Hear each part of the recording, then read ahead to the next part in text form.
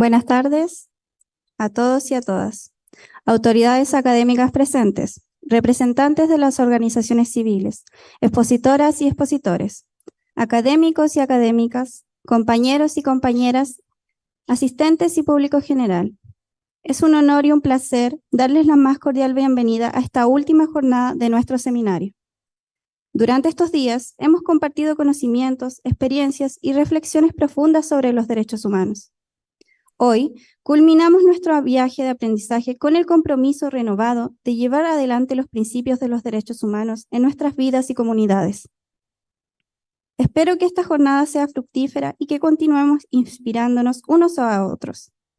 Agradezco sinceramente su participación constante y su contribución a este evento tan significativo. Sin más preámbulos, les doy la bienvenida a esta última etapa de nuestro seminario. Muchas gracias.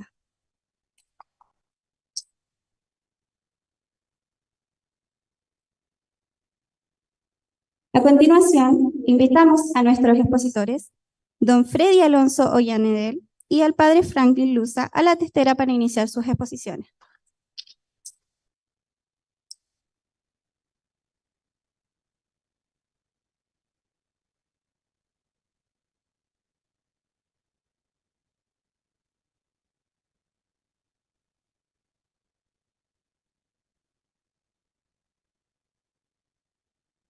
Ahí está usted.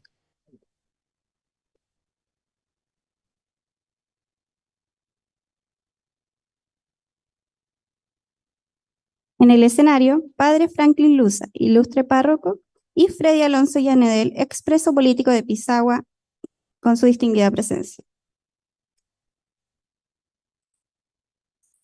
Es importante recordar que cada uno de nuestros expositores cuenta con 20 minutos para su exposición y se les notificará cuando queden 5 minutos. Pueden comenzar.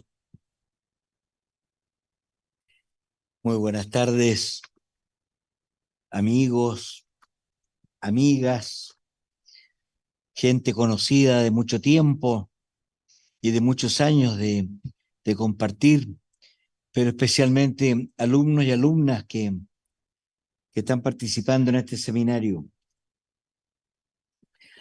A mí me encargaron compartir con ustedes mi experiencia personal con los derechos humanos. Y me explicaron que esta experiencia estaba enmarcada en el recuerdo de los 50 años desde el golpe de Estado. Y yo acepté con mucho gusto, principalmente porque me parece indispensable que los jóvenes de hoy, ustedes, los estudiantes, escuchen de primera mano las experiencias que hemos tenido.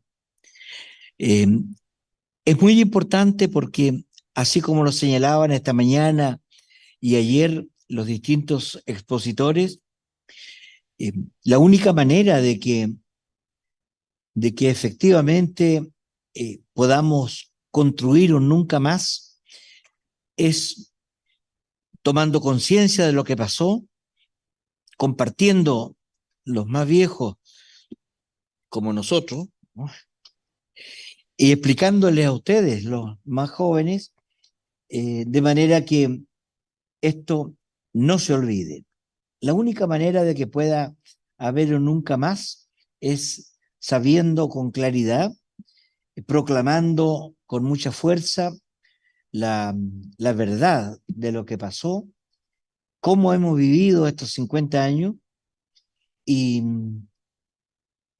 de qué manera, como nos decían también esta mañana, podemos colaborar para proteger nuestra democracia, nuestro sistema de vida. Yo tenía un poco más de 20 años y era estudiante de Derecho en la Universidad Católica de Valparaíso. En ese tiempo era un estudiante provinciano, ingenuo, lleno de inquietudes sociales, cristiano, tan de ese tiempo ingenuo que era militante de la ruta Scout universitaria. Este era mi universo en ese tiempo. Era catequista en la parroquia en la que correspondía la pensión donde vivía.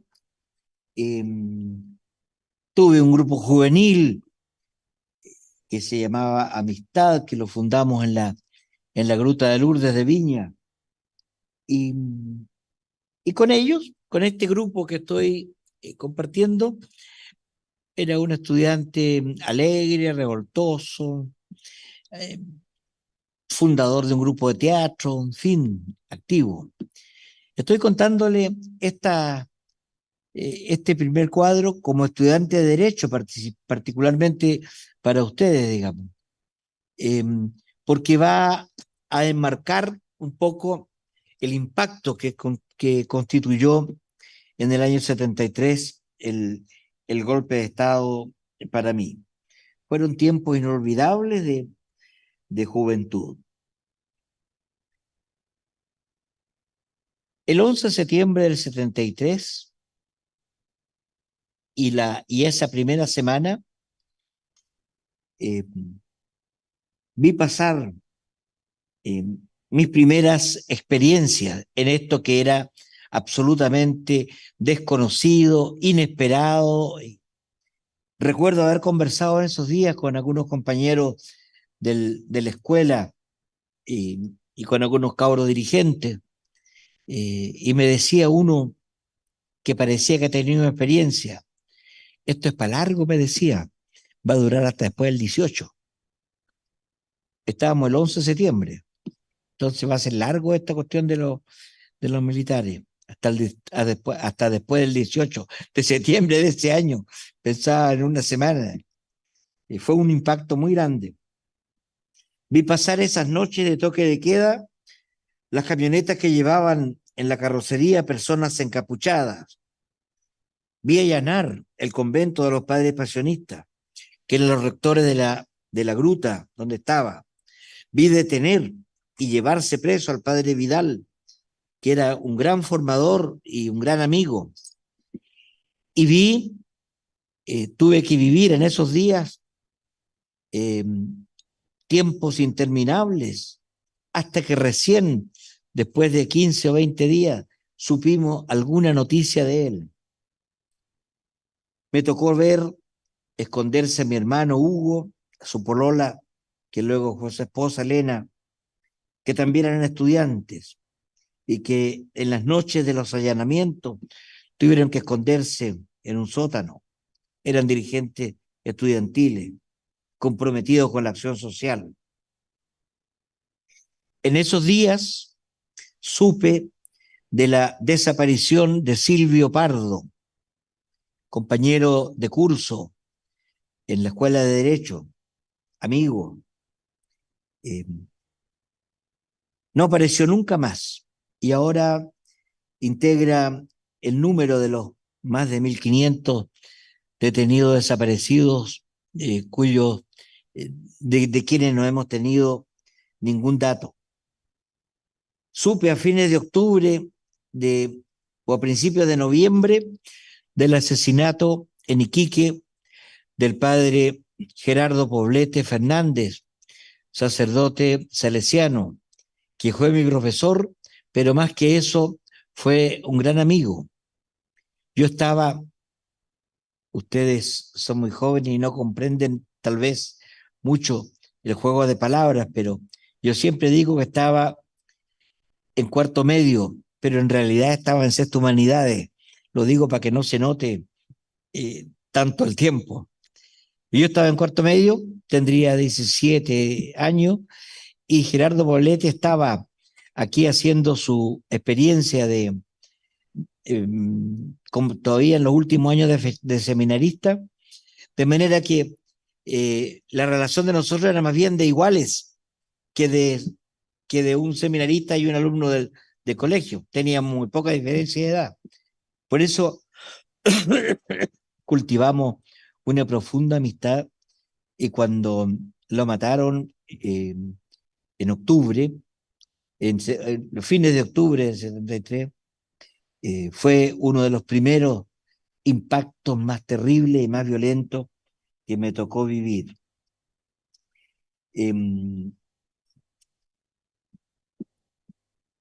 Todo eso me pasó en ese tiempo y, y esta presentación limitada me impide desarrollar más de lo que fue mi primera experiencia aterradora, marcadora para siempre de la dictadura instalada hace 50 años en nuestro país. En ese tiempo, motivado por el papel del cardenal Raúl Silva Enríquez y por la participación activa de la Iglesia Católica y entre otras motivaciones, en marzo de 1974 entré al Seminario San Rafael de Valparaíso. Entré por la diócesis de Iquique, es decir, era un iquiqueño que empezaba su formación sacerdotal en Valparaíso, pero por la diócesis de Iquique. Estaba terminando mis estudios de Derecho, del cual alcancé a egresar, y entré al seminario en esos días, motivado, como digo, entre otras cosas, muy importantes, pero motivado especialmente por el rol que estaba jugando en esos días tan tenso el cardenal Silva y la Iglesia de Chile.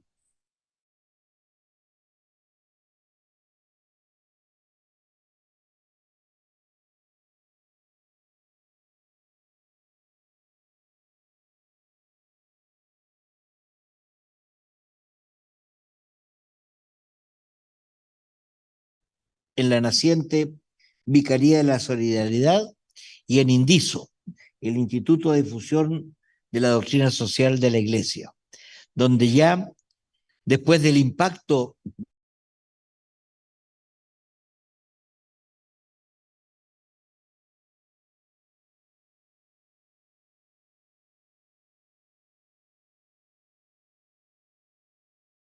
después de ese impacto, ya estando vinculado a la Vicaría de la Solidaridad y al Instituto de Difusión de la Doctrina Social, fue madurando mucho más mi comprensión y mi compromiso con los derechos humanos.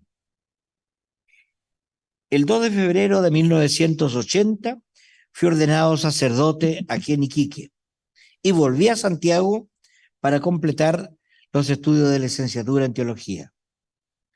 Al mismo tiempo, mientras estaba terminando la licenciatura, fui párroco de la parroquia Santa Filomena, que está en el sector norte de Santiago, en, en, en el sector de Patronato. Pero ahí me tocó ya un poco más adulto, ya no era un niño de 18, 20 años, sino era un sacerdote recién ordenado.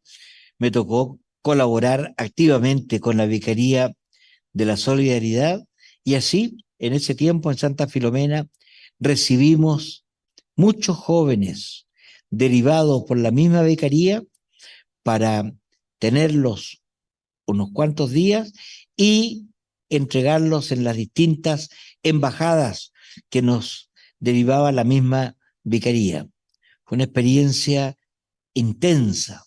Aún hasta ahora, 50 años después, tengo algunas referencias con algunos de los jóvenes que están en Bélgica, en Holanda, en Suecia, y ya la experiencia de tenerlos en la casa, escondido, claro, eh, de tener vigilancia permanente de los servicios de seguridad, ya estaba impactando en mi experiencia con los derechos humanos.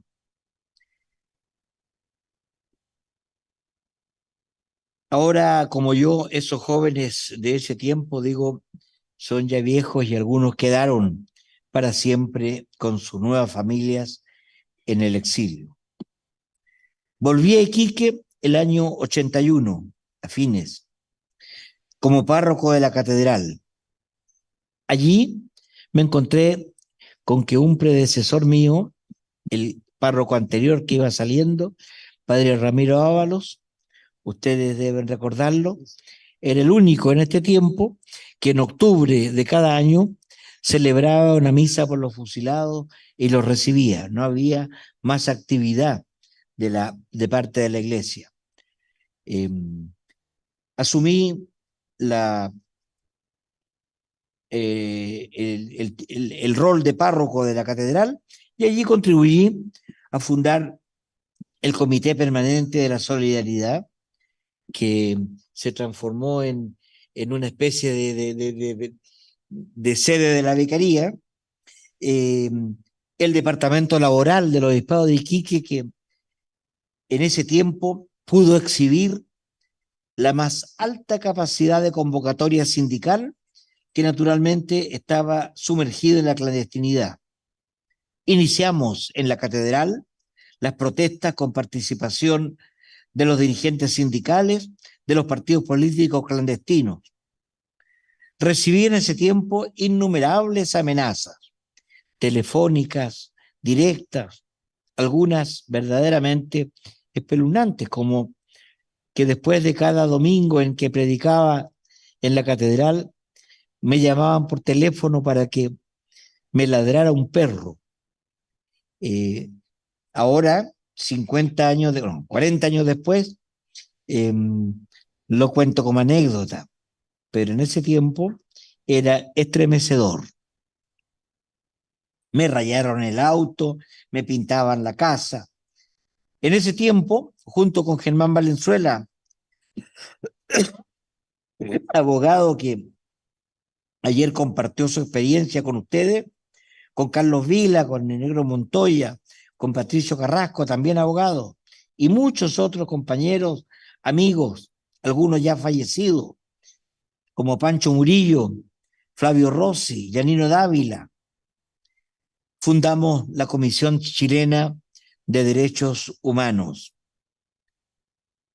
Al escribir esto, me di cuenta con mucha claridad que resulta muy arriesgado nombrar a algunas personas, porque eran muchos, muchos más, a todos los que guardo un sentido recuerdo y un gran cariño.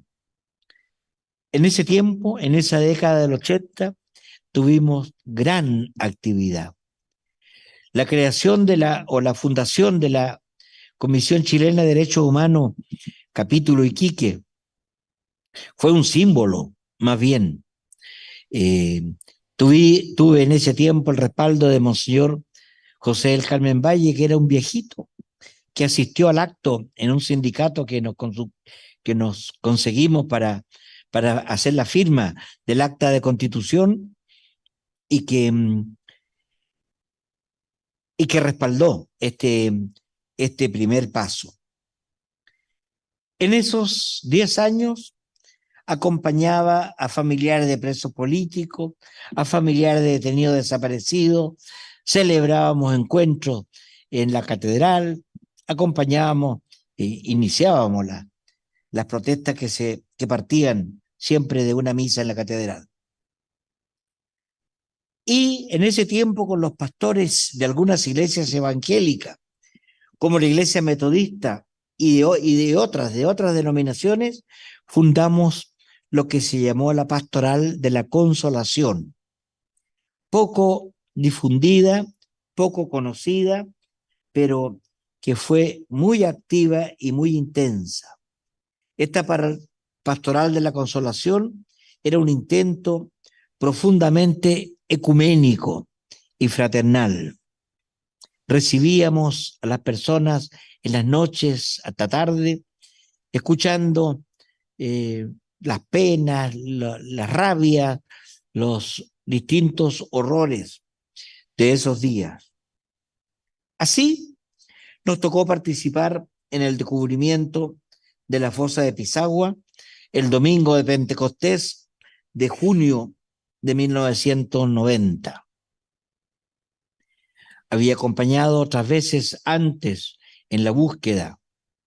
Ya había establecido con muchos de ustedes vínculos más bien cercanos. Ya conocía las historias.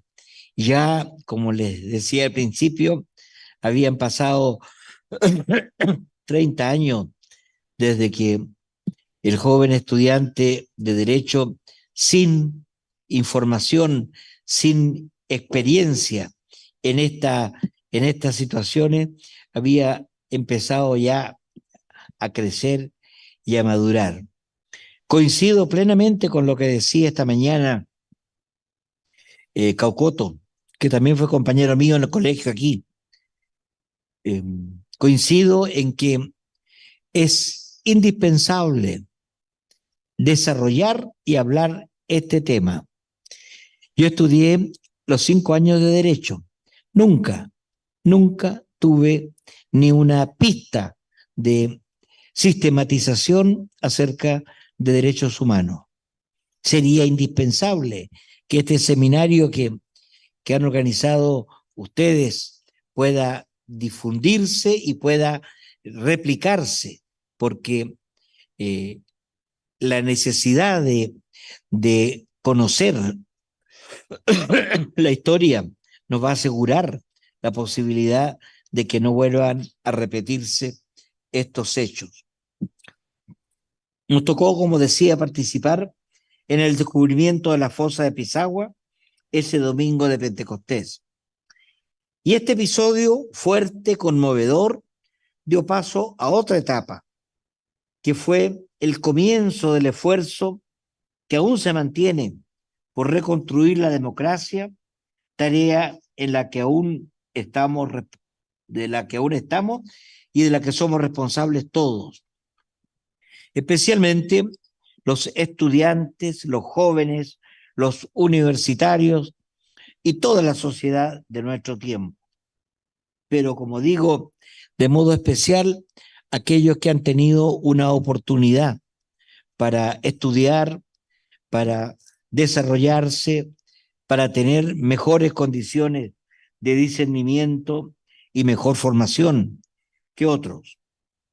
Yo quisiera invitarlos a renovar solemnemente este compromiso de luchar para que nunca más en Chile volvamos a sufrir un quiebre tan cruento y para que podamos lograr la construcción de una verdadera nación de hermanos, una verdadera nación fraterna.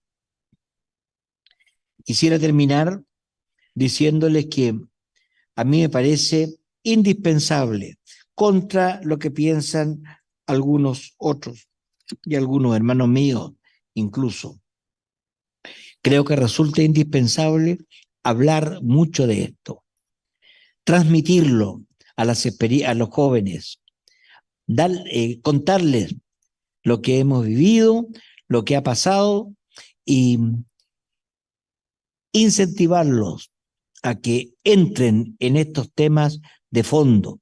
No es revolver las heridas, no es mantener, como dicen algunos sectores, mantener odios o divisiones. Me parece a mí, la única manera de establecer bases sólidas para que nunca más. Eso no.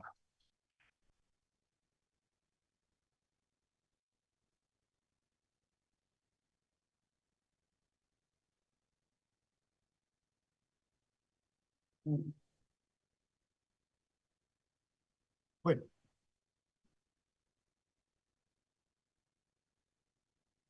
bueno, mi nombre es Freddy Alonso Ollanadel.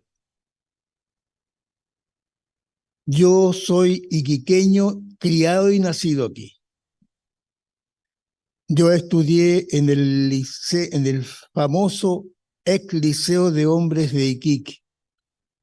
Luego estudié en la Universidad de Chile, sede Antofagasta, donde me titulé de técnico de administración pública. Tengo muchos años de experiencia, tanto estudiantil, sindical, político, como también en derechos humanos. Lo que sí voy a remontar es a lo que vinimos.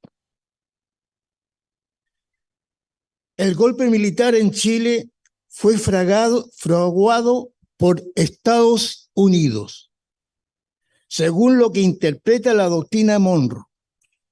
América Central, América del Sur y todo el Caribe se convirtieron para Estados Unidos en simples regiones, donde los partidos políticos de derecha y de centro de derecha, sus presidentes, estaban subyugados al imperio norteamericano.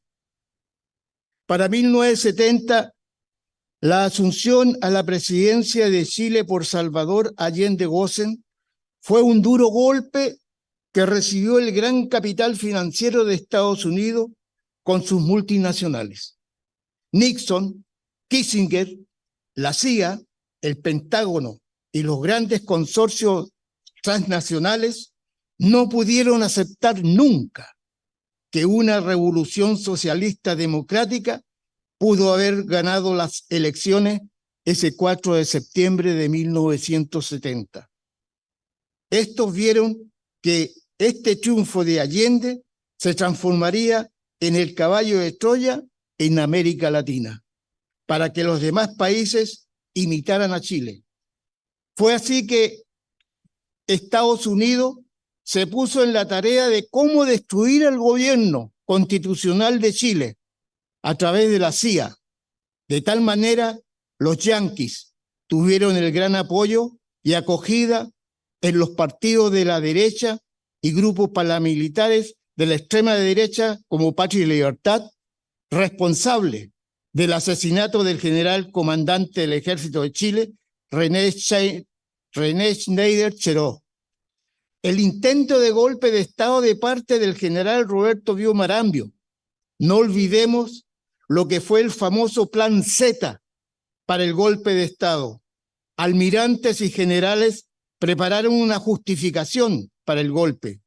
El vicealmirante de José Toribio Merino, jefe de la primera zona naval de Valparaíso, acompañado del vicealmirante Sergio Huidobro, en julio de 1973, tuvieron la reunión en Viña del Mar con los asesores militares del Pentágono de los Estados Unidos, preparando el golpe. A esta confabulación se agregó el general de aviación Gustavo Lee, el general de carabineros, y el último que se agregó fue el general Augusto Pinochet, ya que con la renuncia del general Prat, Allende nombra comandante en jefe del ejército a Pinochet. Este juró mantener su lealtad al presidente Allende. El golpe militar en Chile fue fraguado por Estados Unidos, lo repito. La mayoría de la jerarquía de las Fuerzas Armadas dudaba de Pinochet. Sin embargo, días antes del 11 de septiembre, Pinochet se embarcó en la operación del golpe militar, donde por protocolo al ejército le correspondió la jefatura de la Junta Militar, y así Augusto Pinochet llegó a hacerse cargo de la Junta. A las 6:45 de la mañana, Iquique amaneció tomado por las fuerzas militares. Quiero responder que Chile, mi país, aún es un Chile herido. Podrán decir algunos que estamos equivocados, pero sin embargo el tiempo aún no cierra la historia que vivimos, porque para haya paz debe prevalecer la verdad, y para que acepten la verdad debe actuar la justicia, por la que seguimos esperando. Tanto los sobrevivientes, nuestros familiares y los familiares de los ejecutados políticos y detenidos desaparecidos. Lo que se vivió en Iquique y el campo de concentración de Pisagua fueron situaciones horrorosas, emotivas y penosas. También momentos de ira que tuvimos que callar para evitar más golpes, torturas y muertes. Había que sobrevivir para contar lo sucedido. En Iquique, Pisagua, se vivió el nazismo a través de las Fuerzas Armadas y Carabineros de Chile. El 11 de septiembre de 1973, a primera hora de la mañana, Iquique amaneció con los servicios públicos tomados por las Fuerzas Armadas y Carabineros de Chile. Las detenciones se hicieron masivas. Los dirigentes políticos, sindicales y poblacionales, inclusive la juventud, varios estudiantes secundarios, hoy enseñanza media, varios de ellos, mujeres y hombres, fueron llevados a la intendencia, donde ya estaba afincado el general de brigada del ejército, Carlos Forestier Janssen. Otros llevados detenidos al cuartel de 6ª División de Ejército. También llevaron detenidos hombres, mujeres y adolescentes a los regimientos Carampangue, Granadero, Telecomunicaciones, Logístico, Dolores, a las comisarías de Carabineros y sus retenes de aduana y el Colorado, cuartel de investigaciones, Regimiento Infante Marina Patricio Lynch, base aérea Los Cóndores, ubicado en Alto Hospicio, donde en estos lugares, en principio, los prisioneros fueron interrogados y golpeados cruelmente. En estos recintos se mantuvieron temporalmente hasta que las Fuerzas Armadas se reorganizaron y los prisioneros políticos fueron todos ubicados en el Regimiento Telecomunicaciones, los hombres, y en el Regimiento Logístico, las mujeres. Y algunas de las mujeres fueron trasladadas posteriormente a la cárcel del Buen Pastor. En el Regimiento Telecomunicaciones, los prisioneros fueron interrogados sufriendo horrendas torturas de parte del grupo de interrogadores, comandada por el fiscal Mario Acuña Riquelme. El capitán de ejército jefe del SIM, Pedro Santiago Collao Martí, como también el teniente de carabineros José Antonio Muñoz Muñoz, y el grupo de torturadores e interrogadores como los cabos de carabineros Blas Barraza Quintero, muerto el 2021 en Punta Peuco, Froilán Moncada Sáez, René Valdivia Castro, Nelson González Porras, cabo de ejército Roberto Fuentes Zambrano, muerto en 1998, Miguel Chile Aguirre Álvarez, el famoso Flaco Aguirre, muerto el año pasado en Punta Peuco. Santiago Moreno Zagal, Luis Andrés Maldonado Barraza, Luis Medina Argote, Adolfo Donoso, Pedro Capelletti, Alejandro Higueras Hernández, Osvaldo Soto, entre otros. Sin embargo, las prisioneras que estuvieron detenidas temporalmente en el regimiento Carampangue, antes que la enviaran al regimiento logístico, acusan al suboficial de dicho regimiento, José Gregorio Rivera Garrido, en ese tiempo era el tambor mayor de la banda, que este uniformado las golpeó violentamente, es decir, teniendo un trato cruel de lesa humanidad. Yo hago todas estas denuncias porque ya está bueno de seguir colocando en el aire las cosas, sino que ahora hay que denunciarlas. Y eso es lo que yo he hecho toda mi vida. En Iquique, las Fuerzas Armadas y Carabineros de Chile asesinaron a militantes del partido como también a inocentes civiles. De los civiles tenemos días posteriores al 11 de septiembre de 1973, como el joven Rolando de la Cruz Silva, Luis Fernando Rojas Valenzuela, asesinado frente a su casa, un 17 de septiembre de 1973. Luis Fernando Rojas Valenzuela, lo repetí, el sacerdote y profesor, el respetado profesor del Colegio Don Bosco de Iquique, Gerardo Poblete Fernández, muerto en tortura en la comisaría de Iquique, conscripto del Regimiento de Telecomunicaciones, Pedro Prado Ortiz, según informe Retic, muerto en extrañas circunstancias, pero hay información de 3 ex conscriptos de esos años, de que Pedro Prado fue asesinado por el teniente Sepúlveda, que estaban custodiando la trinchera que se ubicaba allí hoy Salvador Allende con O'Higgins. Ahí había una trinchera y ahí estaba el teniente Sepúlveda, y por un encontrón que tuvo, y eso lo sale en el libro, por qué fue la discusión, y pescó el fusil SIG, el teniente Sepúlveda, y le dio el tiro.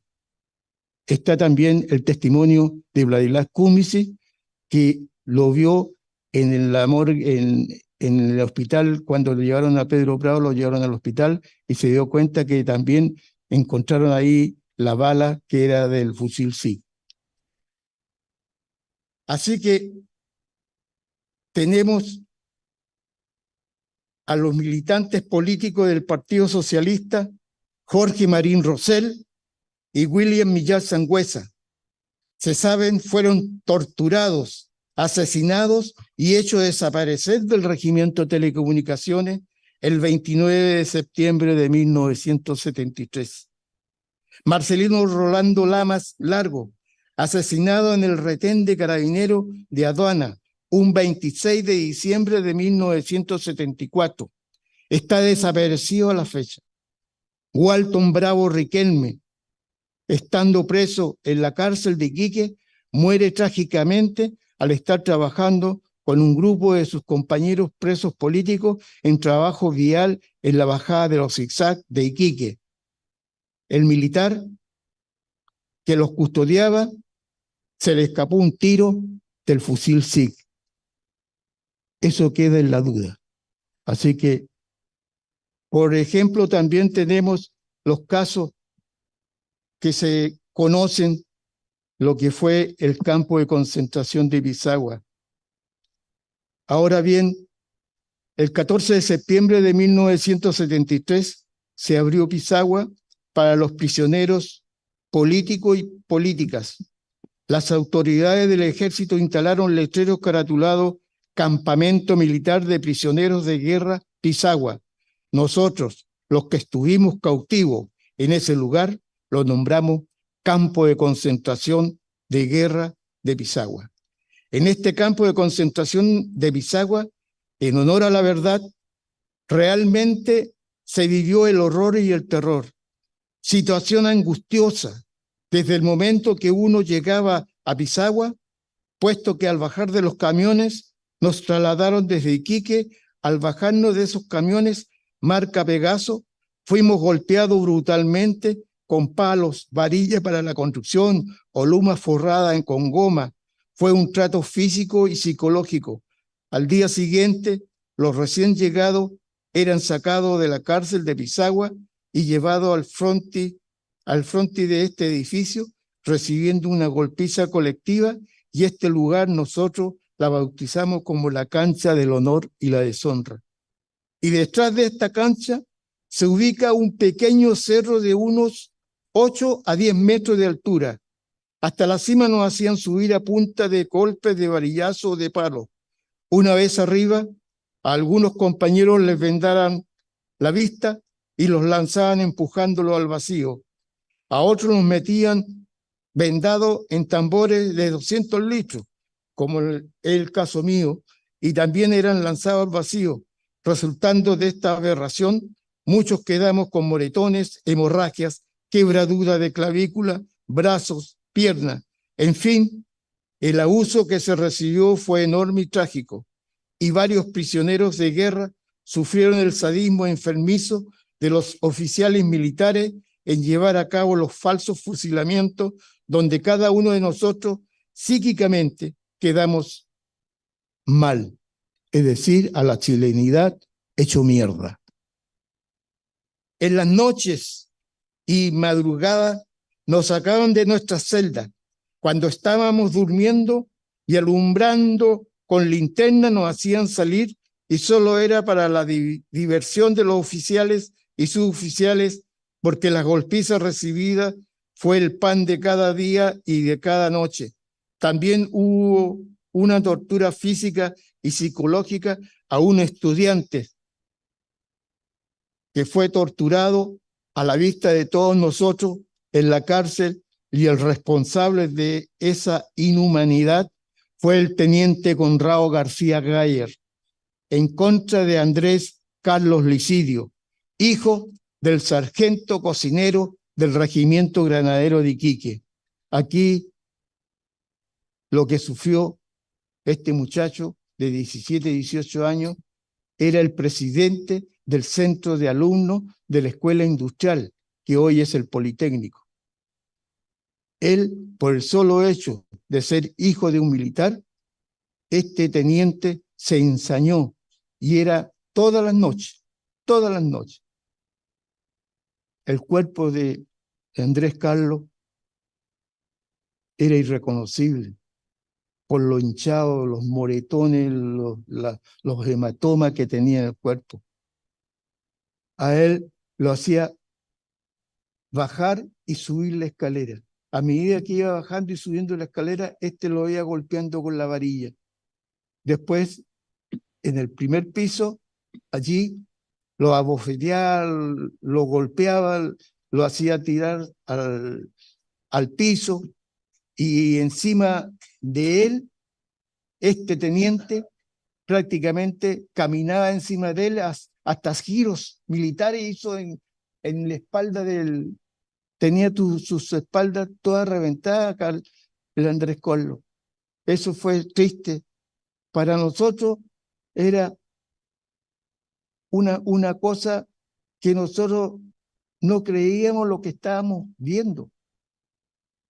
¿Y para qué les voy a contar después lo que nos ocurrió a muchos de nosotros en las interrogaciones y en las torturas que recibimos?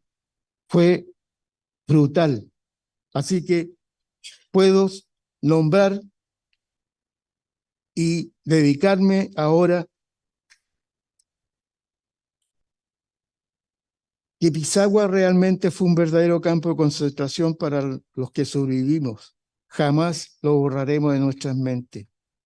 Es un deber informar que en Pisagua, a través de los consejos de guerra, que hoy esos consejos de guerra están nulos. El abogado que nos sigue la causa nuestra, por tortura en Pisagua, él siguió, defendió y hizo anular todos los consejos de guerra, y ahora depende de los familiares para que se acerquen al abogado Adel Berkois a ver qué se puede hacer para hacer una reparación. Porque si se anularon los consejos de guerra y las muertes, las torturas que hubieron, eso tiene que ser justificada y tiene que hacerse justicia. Tenemos el caso que el 29 de septiembre de 1973 está la falsa ley de fuga, asesinan a Marcelo Guzmán Fuente, Juan Calderón Villalón, Luis Lizardi, Norberto Cañas, Juan Jiménez y Michal Nach. Estos tres últimos son ejecutados desaparecidos. Aún no se encuentran los cuerpos de estos compañeros. El 5 de octubre de 1973 llega Manuel Araya Zavala. Es un caso de un compañero independiente que es un detenido desaparecido. Su cuerpo aún no aparece. Su esposa mantiene carta de él. La última carta está fechada el 13 de noviembre de 1973. Y además está la nómina de detenidos políticos enviadas a Pisagua, publicada en el diario El Tarapacá de Iquique. Todo lo que estoy demostrando yo acá está respaldado, porque no saco nada con estar hablando cosas cuando, si no hay respaldo, entra la duda. Octubre de 1973. Carlos Ponce, llegado de Valparaíso en el barco Maipo, del testimonio dejado en el diario Fortín Mapocho por el prisionero Héctor Canale Morales, informó que Ponce fue sacado de la cárcel de Pisagua y jamás llegó a la celda. Se presume que fue ejecutado. El 11 de octubre de 1973, José Córdoba Crossato, Mapu, Humberto Lizardi Flores, MIR, Juan Valencia Hinojosa, comunista, Mario Morris Barrios, comunista, y Julio Cabeza Gacitúa, abogado, que es independiente. Esta fue la comisión que estaba investigando el contrabando y narcotráfico, donde el abogado y juez Mario Acuña estaba siendo condenado en estas causas, y las Fuerzas Armadas el 11 de septiembre de 1973 lo designaron fiscal militar en Iquique y Pisagua, y este fiscal mandó a ejecutar a estas personas. Fue una venganza que él propiamente la hizo, pero respaldada por el general Forestier y por el comandante Larraín.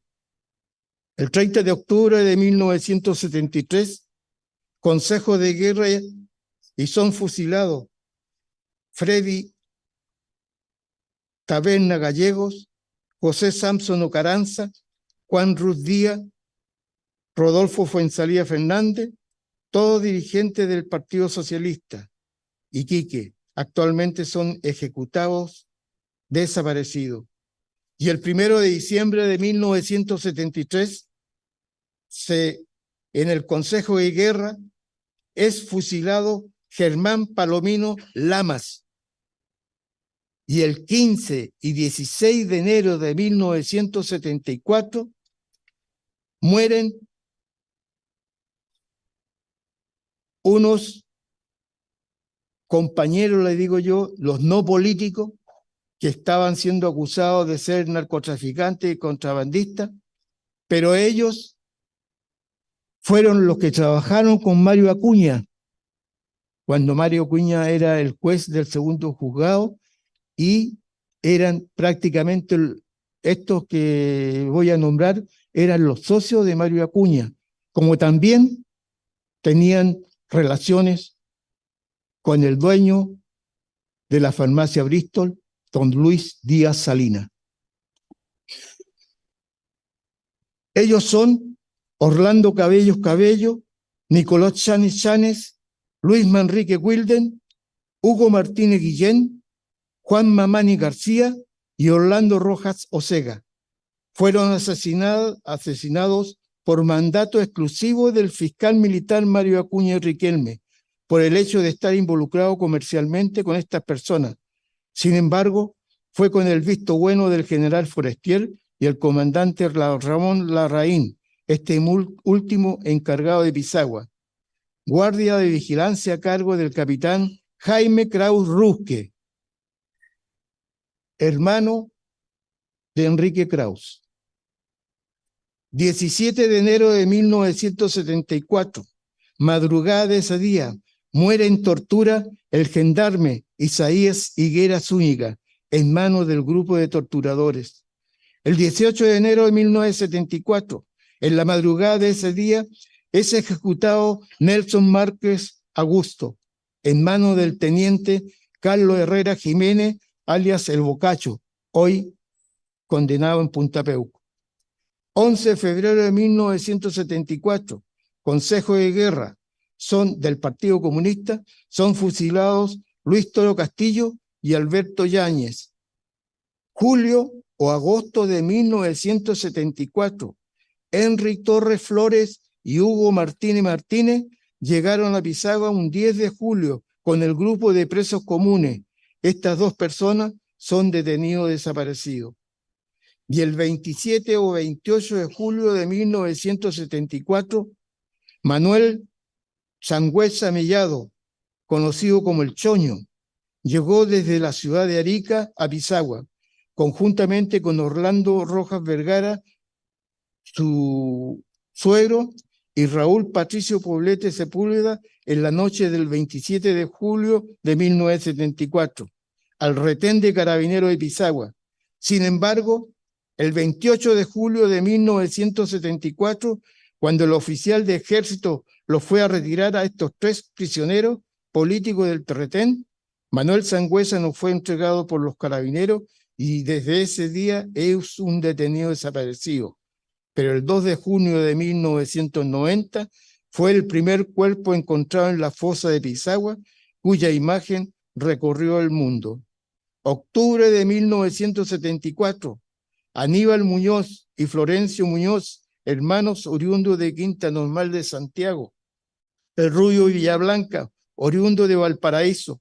Estos 3 prisioneros políticos, llegados en junio de 1974 desde Santiago, quedaron en Pisagua. Después de octubre de 1974, y por informaciones, estos 3 compañeros salieron de Pisagua, se presume que son detenidos desaparecidos. Yo, como el anuncio que tengo, he querido entregar esta información como un homenaje a mis compañeros que fueron ejecutados y hechos desaparecer. De mí, muchos saben quién fui. Soy un prisionero político del campo de concentración de Pisagua, pero lo que yo mantengo es hacerle homenaje a estos compañeros muy queridos por la ciudad de Iquique. Gracias.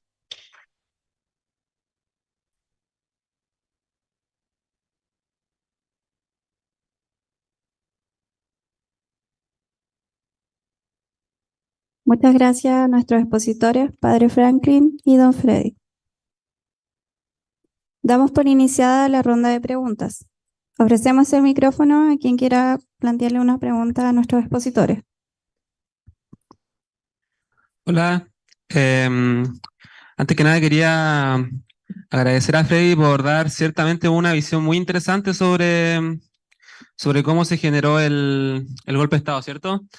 Y mi pregunta iba más dirigida sobre a cómo se generó, ¿cierto? El golpe de Estado, porque yo pienso que muchos de nosotros teníamos la idea de que el gobierno de Allende fue derrocado por cierta voluntad popular, por medidas que él tomó que ciertamente afectaban la economía, y me parece interesante lo que usted dice sobre de que él era como una, no sé, que estaba totalmente indefenso hacia la voluntad de Estados Unidos. Y para mí me parece interesante explorar eso, porque quería preguntarle si usted de verdad piensa de que Allende era totalmente indefenso ante la voluntad de Estados Unidos cuando asumió el gobierno, considerando que que ya nacionalizar el cobre desde los 70, cuando comenzó el gobierno, en la acta de acuerdo del CUT del 1970 subió los salarios mínimos una tasa del 6,6, o sea, 66,7%. Entonces, en un momento, cierto, muy turbulento de la historia de Chile, donde ya se había iniciado la reforma agraria, Allende parece que se quería seguir subiendo desde el primer año de su gobierno el gasto público. Entonces, no sé, me parece curioso preguntarle si usted piensa de que esto pudo haber tenido alguna influencia en los desabastecimientos o en la molestia popular, o si solamente fue puramente una influencia y sabotaje de Estados Unidos. Muchas gracias y por estar. Sí, te contestaré de inmediato. Desde el momento que se presentó como candidato a la presidencia de Chile el compañero Salvador Allende, ya Estados Unidos se puso nervioso, porque en esa oportunidad había una revolución social ya que se estaba preparando en Chile. Y por eso se llegó a la presidencia y ganó en una justa elección de votación universal acá en Chile. Lo que tú me puedes decir de que Estados Unidos, sí. Estados Unidos comenzó a fraguar el golpe ya antes de que Salvador Allende fuera elegido presidente. Y desde el momento que salió elegido presidente, inmediatamente se reunió con salió casualmente anoche o antenoche, fue uno de los representantes de la CIA acá en Chile, que me refiero al Agustín Edwards, el dueño del diario El Mercurio. Él prácticamente hizo de representante de la derecha política y de los consorcios acá en Chile. Yo te puedo asegurar que Allende, desde el momento que salió de presidente, no lo dejaron hacer su trabajo, como lo que está ocurriendo hoy con este gobierno del presidente Boris. Es lo mismo lo que le está ocurriendo a Boris. Salvador Allende se le hizo la falta de alimentos, porque los comerciantes y los empresarios escondían los alimentos y había una tremenda crisis en Chile. Ese desabastecimiento. Después tuvieron el paro de camioneros desde Arica hasta Punta Arenas, también manejado por la derecha. O sea, que a Salvador Allende, el gobierno de Salvador Allende fue truncado, no lo dejaron dirigir realmente y no quisieron aceptar nunca que el triunfo en las elecciones democráticas. Yo creo que está de más decirlo. Nosotros lo estamos viviendo actualmente. Cada mentira que dicen en la televisión, porque sepan ustedes que toda la televisión chilena está comandada por los grupos está dentro del neoliberalismo, están los grandes empresarios. Ellos son los dueños de la televisión, de la prensa. Por eso, muchas cosas que ocurren, yo les pregunto a ustedes, esto que ustedes han preparado acá, ¿ha salido en la televisión chilena? ¿Ha salido en el diario La Estrella? ¿Ha salido en algún diario? ¿Lo han visto? Hay cosas que se hacen realmente acá en cada ciudad, en cada región del país, pero como son cosas sociales que se hacen, no son anunciadas en los medios de comunicación. Así que nosotros en estos momentos, no quiero remontarme, pero es una cosa parecida a lo que le ocurrió el año 73 al presidente Salvador Allende. No sé si respondo a tu pregunta.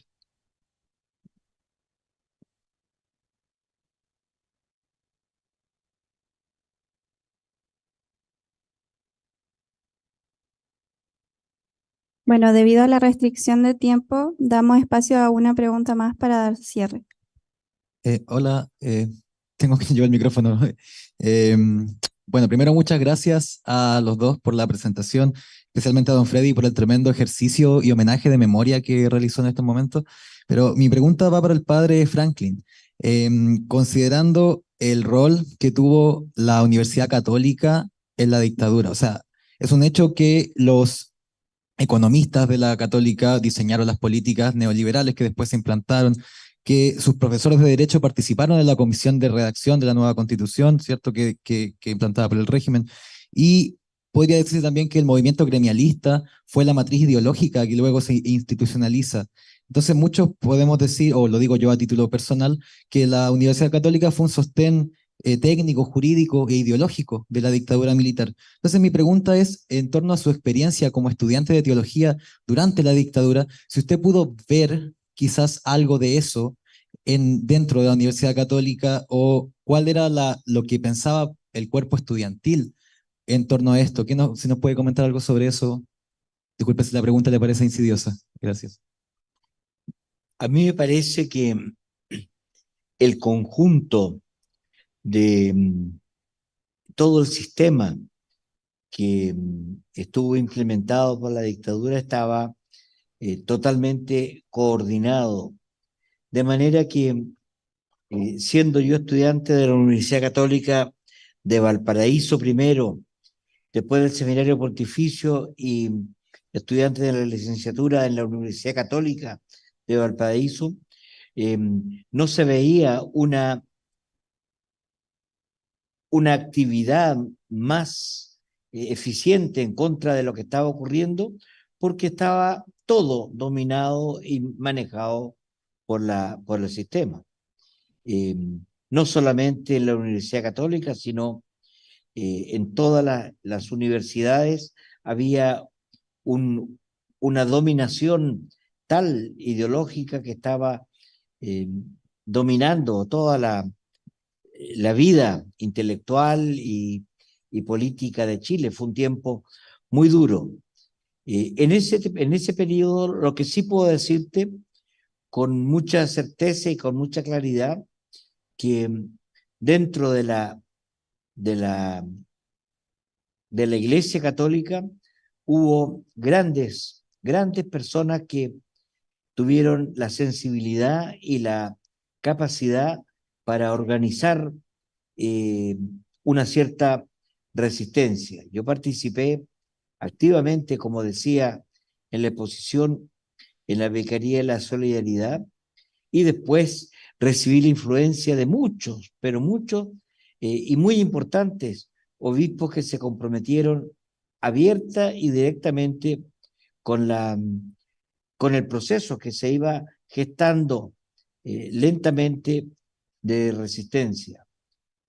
Podría enumerar algunos de ellos que marcaron mi propia vocación y mi propio servicio grandemente. No vi en la Universidad Católica, ni la de Valparaíso, ni la de Santiago, una reacción distinta de la que hubo en todas partes por esta hegemonía ejercida por la dictadura. No sé si te contesta.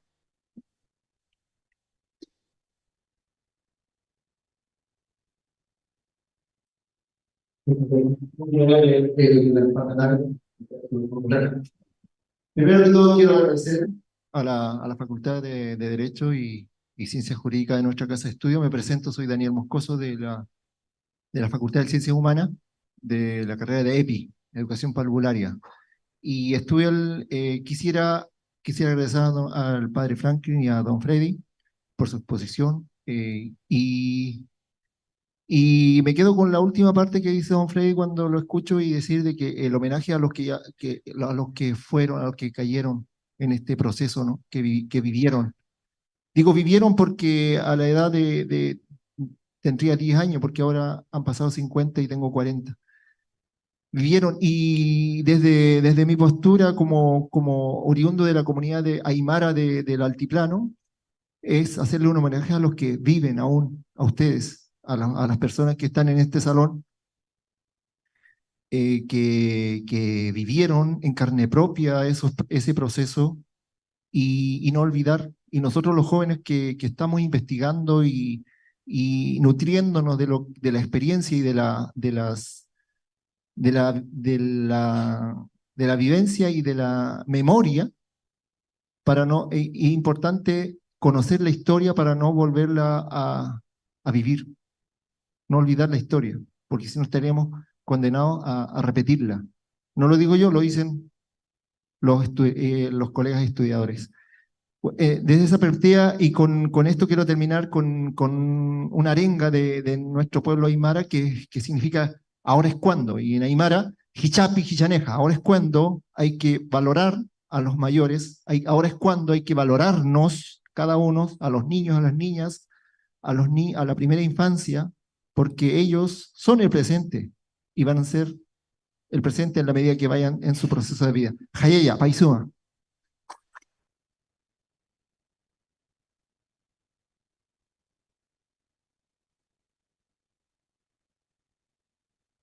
Damos por finalizada la ronda de preguntas. Ahora tengo el honor de invitar al profesor Juan Pedro Dufrax para que haga entrega de un reconocimiento a nuestros expositores por su destacada participación.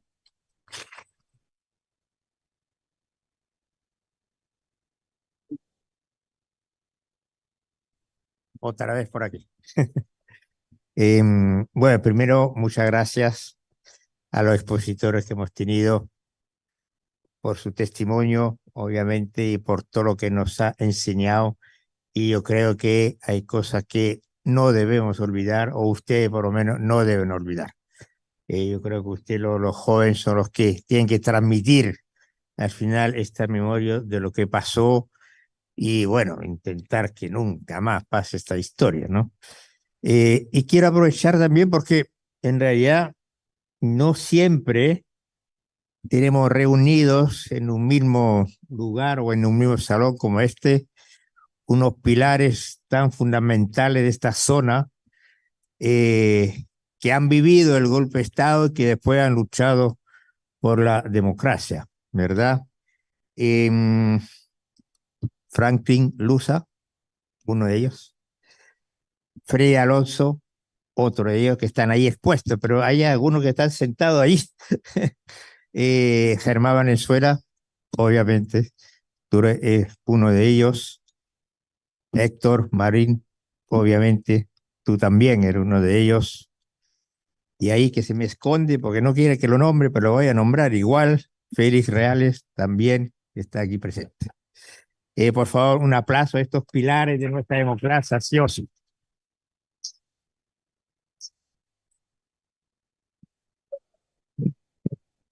Bueno, y ahora sí voy a entregar dos pequeños regalos. Son regalos que con mucho cariño estas alumnas le van a dar, los han conseguido. Y bueno, para que se acuerden de nosotros también.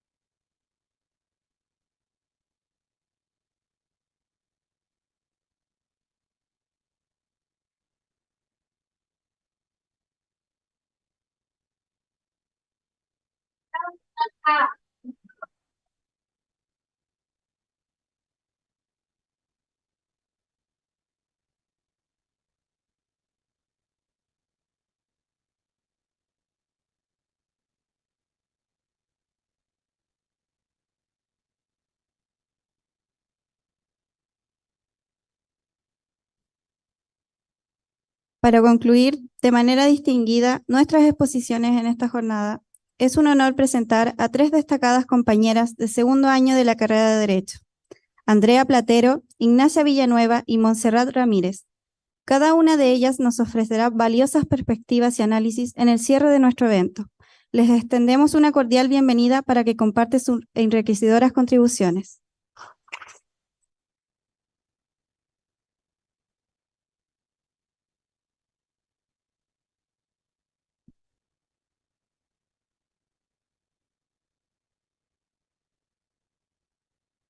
Le invitamos a los expositores si pueden bajar un poquito, por favor. Muchas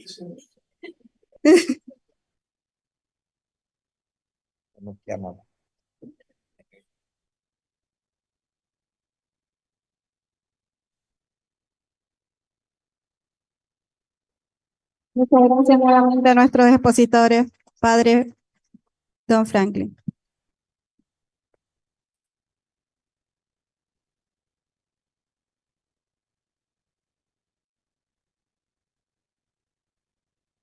Ahora le cedo la palabra a mi compañera Ignacia Villanueva, quien nos dirigirá algunas palabras.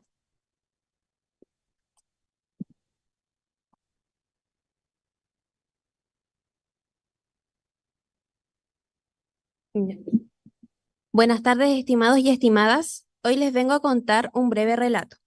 Hace 73 años, en la salitrera de Bellavista, nació un hombre que tendría y enfrentaría una gran historia.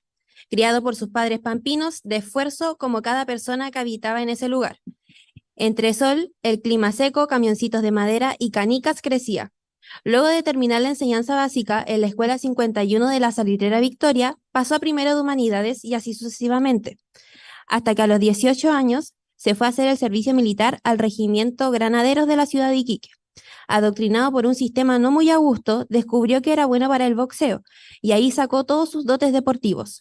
Cuando ya finalizaba su paso por el regimiento, comenzó la revolución. Se avecinaba un golpe, pero no cualquier golpe. Era uno que cambiaría para siempre la vida de miles de chilenos y dejaría un recuerdo imborrable en la historia y en nuestra memoria. A punto de llegar a casa, lo recogen nuevamente y se lo llevan al regimiento a él y a otros más, para experimentar lo que quizás nadie quería por miedo a no sobrevivir. ¿Revolucionario? Sí. Luchó a la par con muchos compatriotas sin miedo a nada. No había perder o morir, no había por la razón o la fuerza, solo existían las ganas de luchar o morir con las botas bien puestas por sus ideales, por la gente y por el pueblo. Pero acá está entre nosotros. Para mí es un historiador, el mejor. Lleva toda una vida recolectando recuerdos, sueños, memorias, videos, cortometrajes, libros, diarios, objetos pampinos, historias y anécdotas, para que prevalezcan en el tiempo. Clásicos de la Pampa eran los sobrenombres: el Huesos Duros, el Mono, el Garganta de Lata y el Tetera. Ese es mi abuelo. La fugaz historia de vida que le relato es de Félix Humberto Reales Vilca, mi abuelo. Gran parte de lo que soy hoy en día y donde estoy es gracias a él, porque siempre ha estado para mí en todos los sentidos. Abuelo, hoy tengo el honor de dedicarte este homenaje por mantener vivo el pasado de las salitreras de nuestra región y a la vez honrarte a ti y a todos los que ya no están por todos los hechos injustos ocurridos hace un par de décadas atrás. Es un orgullo ser tu nieta y tener el privilegio de conocer y saber de primera fuente todo lo ocurrido en los tiempos de dictadura. Deseo y anhelo que el tiempo sea eterno para que sigas contando las 1000 historias de La Pampa que sean infinitas y jamás acaben. Espero poder seguir con tu legado para mantener viva la memoria pampina y aunque pasen los años, decir que La Pampa nunca muera y para que nunca más. Te quiero mucho, tu nieta mayor y tu regalona, Ignacia Villanueva Reales.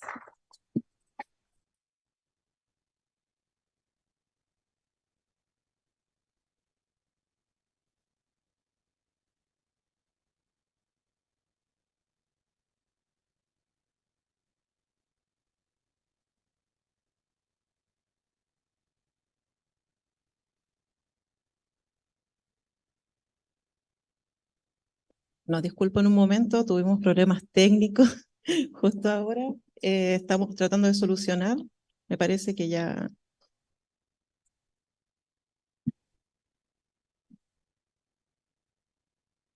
Bueno, aquí hay una fotito que nos dejó la Nacha Ignacia para su abuelo Félix. Bueno, damos comienzo con nuestra presentación. Primero, partir diciendo que quiénes somos. Quizá hay muchos de aquí presentes que no saben quiénes somos o cómo nos organizamos. Queremos partir diciendo que somos estudiantes de Derecho de primer y segundo año. Están nuestros compañeros también presentes en esta aula magna. Y partir también diciendo, va a demorar un poquito.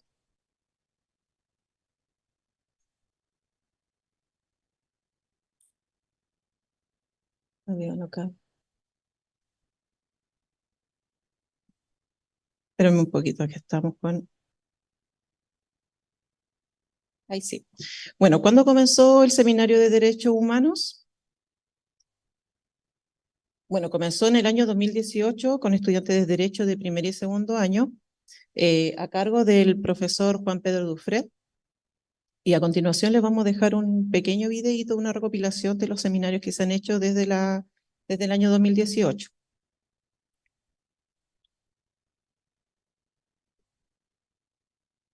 Bueno, esta secuencia partió el seminario con una pequeña exposición, con afiches, con pendones en el ex casino Rubén Mamani, con los estudiantes de primer y segundo año. Bueno, algunos se preguntarán por qué estudiantes de primero y segundo y no con el resto, porque el profesor Juan Pedro hace clase solamente a los estudiantes de primer y segundo año. Aquí tenemos el afiche del 2019. Y luego en el 2019 ya comenzó a tomar un poco más de forma el seminario y se comenzó con las exposiciones y empezar a trabajar con colaboradores también que están acá presentes. En el año 2020, durante la pandemia, El seminario no se detuvo y continuó de igual manera en un formato online. Ahí podemos ver cómo se llevó a cabo el seminario durante la pandemia. Y ya en el 2022 pudimos volver a la presencialidad con nuestros exponentes, con el público participando.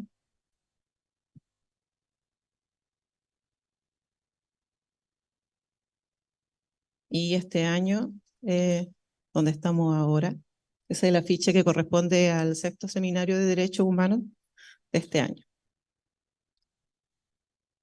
Bueno, antes de continuar, queremos expresar al profesor Juan Pedro, este panel que aquí representa el Seminario de Derechos Humanos. Queremos comprometer nuestro trabajo para continuar trabajando con el seminario, para continuar trabajando con usted y sobre todo en la materia de derechos humanos.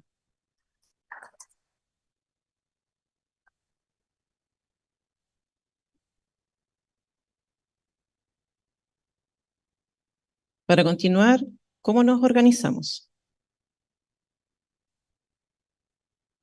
Bueno, primero nos dividimos en equipos de trabajo. Está el equipo de creativos que se encarga de hacer los afiches y de todo el material de diseño que ustedes pueden apreciar en distintos. Acá atrás también tenemos nuestros afiches que también lo han creado el grupo de creativos. Tenemos el equipo de buscadores que se encargan de estar buscando a los expositores, de contactarlos, de hacerle un seguimiento, de ver la posibilidad de poder participar, y etcétera. Y por otro lado tenemos el equipo de publicidad que se encarga de difundir el seminario y, entre otras cosas, de participar en las radios, en la televisión y difundir esencialmente las redes sociales, que es lo que se está llevando a cabo las comunicaciones hoy en día. Bueno, ¿cómo lo hacemos? Primero concretamos las ideas. Luego de varias reuniones definimos los detalles y ya cercano al seminario, a la fecha del seminario, comenzamos con la difusión. Aquí tenemos algunos ejemplos de afiches que quedaron, algunos no quedaron, pero sin embargo, como nuestra elección de afiches o de diseño que queremos tener para distintos eventos que tenemos durante el año, se lleva a votación y son los que han sido elegidos algunos y otros quedaron ahí en el olvido, pero se los presentamos de todas maneras para que ustedes puedan apreciar el trabajo que se lleva a cabo igual. Ahora, ¿no sabe? Sí. ¿Quiénes nos colaboran? Aquí una imagen trabajando junto con don Héctor en la foto de la exposición. Bueno, primeramente, ¿quién nos colabora? INDH, aquí presente. El Instituto Nacional de Derechos Humanos nos ayuda bastante también con material de difusión, nos invita a su evento, ellos participan en nuestros eventos también, así que también agradecimiento a INDH por su permanente participación con nosotros y su colaboración. También tenemos a la agrupación AFEPI, a la agrupación de familiares ejecutados políticos detenidos desaparecidos Iquique y Pisagua, que también colaboran permanentemente con nosotros, estamos en constante comunicación y la relación que tenemos con AFEPI es bien cercana. Bueno, el seminario ha servido mucho para tener relatos, hechos y cercanía con los familiares directos de los detenidos desaparecidos y ejecutados políticos. Por otra parte, también tenemos a la agrupación Historia Desobediente, es un colectivo conformado por hijos, hijas, sobre todo en general familiares de genocidas de las Fuerzas Armadas de Seguridad y responsables por crímenes de lesa humanidad. La Historia Desobediente también es un colectivo, es una agrupación que está bastante comprometida con la materia de los derechos humanos, así que también agradecimiento a Historia Desobediente por siempre estar presente en nuestro seminario.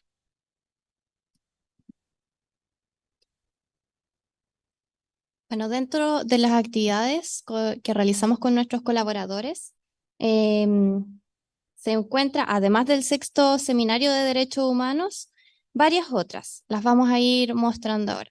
La primera de ellas se realizó el 27 de mayo del presente año por INDH a nivel nacional, como se ve en pantalla.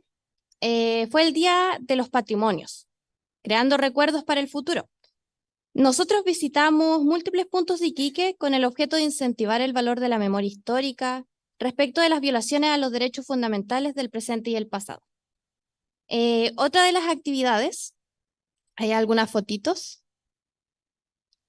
Otra de las actividades que realizamos como organización del Seminario de Derechos Humanos fue la presentación del libro de doña Verónica Stay-Stench, quien también participó en nuestro seminario el día de ayer como exponente. Bueno, su libro narraba la historia de una niña, más tarde mujer, hija de sobrevivientes exiliados y al mismo tiempo sobrina de uno de los victimarios emblemáticos del periodo dictatorial en Chile, conocido como el Fanta.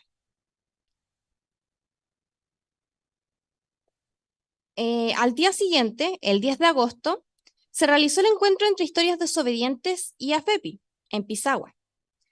Para nosotras, esta actividad tuvo gran relevancia, ya que este encuentro entre un colectivo que agrupa familiares de genocidas de la dictadura y una asociación de detenidos desaparecidos a manos de estos genocidas representaba el símbolo de un proceso de reconstrucción de la sociedad chilena, en base a la defensa y promoción de los derechos humanos reconocidos por ambas partes, y la voluntad de todos de que esta trágica historia no se vuelva a repetir.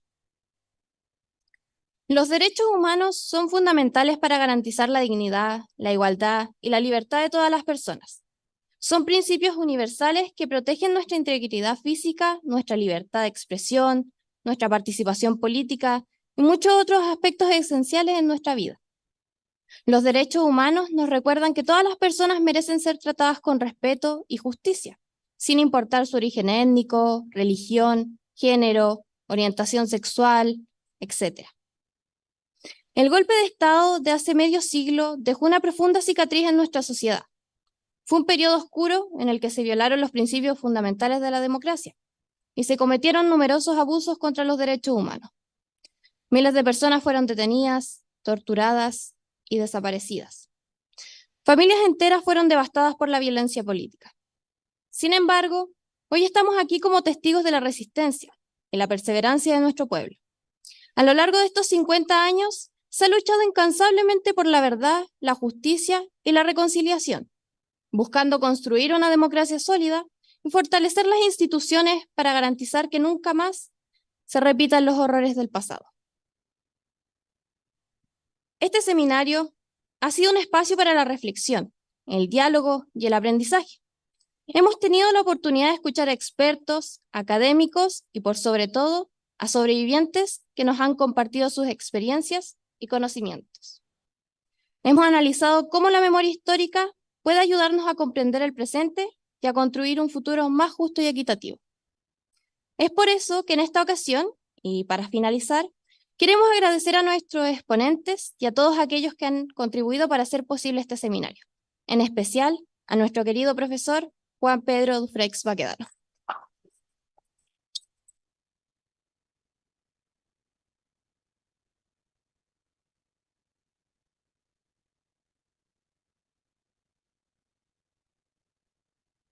Ahora tengo el honor de presentar a mi compañera Francisca Baldecchi, quien entregará un reconocimiento a nuestro profesor Juan Pedro Dufreix.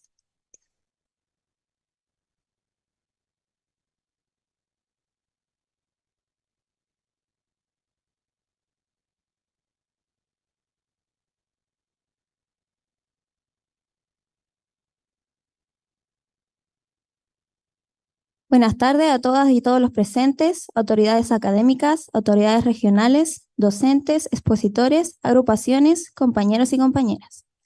Es un verdadero honor estar aquí hoy para expresar un profundo agradecimiento en nombre de todos los estudiantes por el excepcional trabajo que ha realizado nuestro profesor Juan Pedro Dufreix durante los últimos 6 años en el Seminario de Derechos Humanos.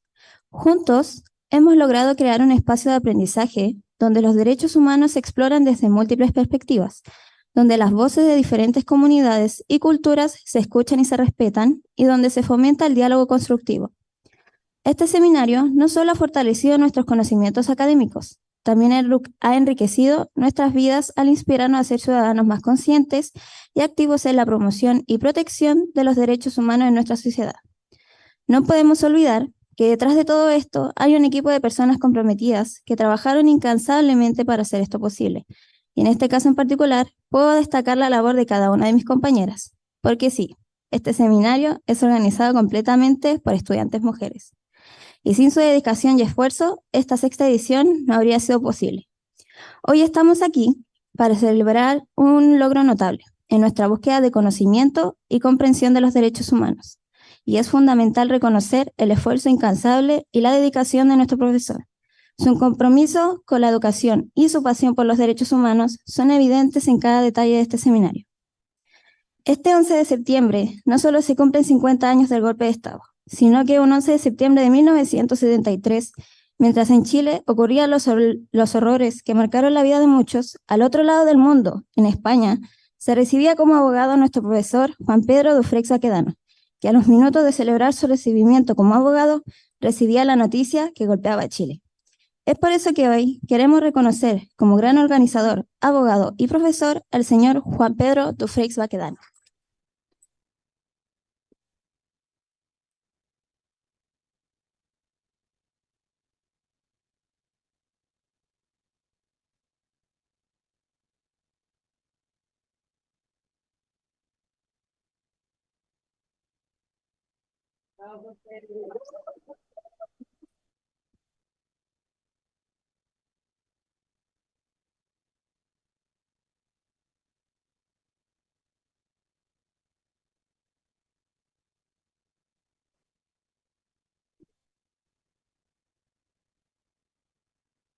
Es inevitable que diga algunas palabras, aunque reconozco que me cuesta un poco, pero bueno. Escucha, a ver qué digo. Muchas gracias, se pasaron. Realmente era inesperado, pero bueno, viniendo de ustedes, muchas gracias, realmente se pasaron. Y quiero también decir que lo que se ve, es decir, los opositores, la pantalla, las palabras, eso es lo más fácil. Porque primero, organizar algo así no es tan fácil, es muy difícil, muy complejo, pero gracias a ese grupo, este año hemos logrado, este año hemos tenido 4 actividades, como lo han señalado, no una sola. El otro año tenemos el seminario en sí, este año hemos tenido 4, ¿ya? Y 4 en un mes, preparándonos ya desde mayo. Entonces la organización es muy complejo, pero bueno, salió bien, creo. Lo segundo es que desgraciadamente pareciera que el tema de los derechos humanos está instalado en nuestra sociedad, en nuestra democracia, y que todo el mundo aboga en favor de los derechos humanos. Pero les puedo asegurar que no es así. No es así porque incluso a veces la realización de un simple seminario tropieza con muchas personas que nos ven con buenos ojos que organicemos estos seminarios. Ya, no quiero decir más, lo dejo ahí, ¿no? Ya, de todos modos, gracias a todos los que han participado, los expositores, las expositoras, gracias a ustedes. No sé si decir que era como un símbolo cuando los 2 expositores anteriores todavía estaban sentados en la mesa y los jóvenes como los empujaban, ¿no? Yo sé si quedó como símbolo que la juventud empuja, pero bueno, así es la vida y ojalá esta juventud que se ha ido empapando de todo lo que los no tan jóvenes les han contado esos 2 días, les sirva para haberse impregnado de los derechos humanos y ojalá cuando salgan de la carrera como flamantes abogados o abogadas, también sigan ese camino de defensores y defensoras de los derechos humanos.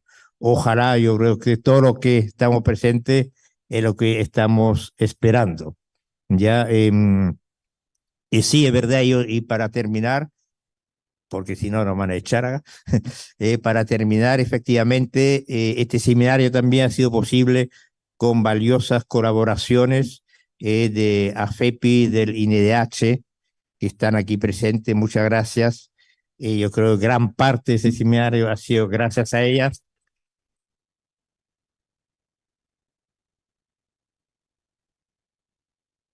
Y yo creo que sí, un ejemplo tenemos, lo siento, sí, un ejemplo tenemos de estudiantes de acá, de esa carrera, que hayan salido de abogado y después han seguido su camino defendiendo los derechos humanos, es mi querida Lorena Ferrari, que es una pina, que es abogada de la UNAP y que era jefa regional del Instituto Nacional de Derechos Humanos.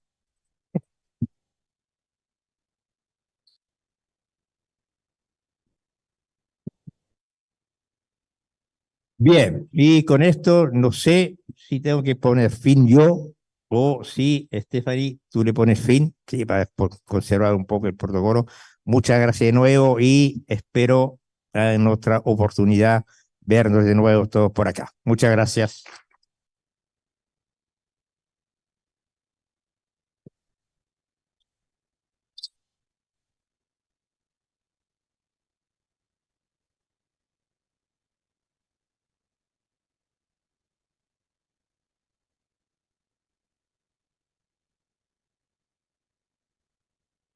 Queridos asistentes y distinguidos invitados, en este momento llegamos al cierre de este hermoso seminario de Derechos Humanos, un evento que ha sido el resultado del esfuerzo y dedicación de estudiantes de primer y segundo año de la carrera de Derecho, en colaboración con nuestro apreciado profesor Juan Pedro Dufresne, quien nos ha guiado con sabiduría y pasión a lo largo de este viaje. En nombre de todo el equipo organizador y de nuestros valiosos ponentes, quiero expresar nuestro sincero agradecimiento a cada uno de ustedes por su participación, su compromiso y contribuciones enriquecedoras. Ha sido un honor contar con su presencia y apoyo. Este seminario ha sido un espacio donde las voces se han unido en favor de la justicia y los derechos humanos. Esperamos que las lecciones aprendidas aquí continúen inspirándonos en nuestras futuras acciones. Una vez más, gracias a todos los asistentes por ser parte de esta experiencia. Muchas gracias.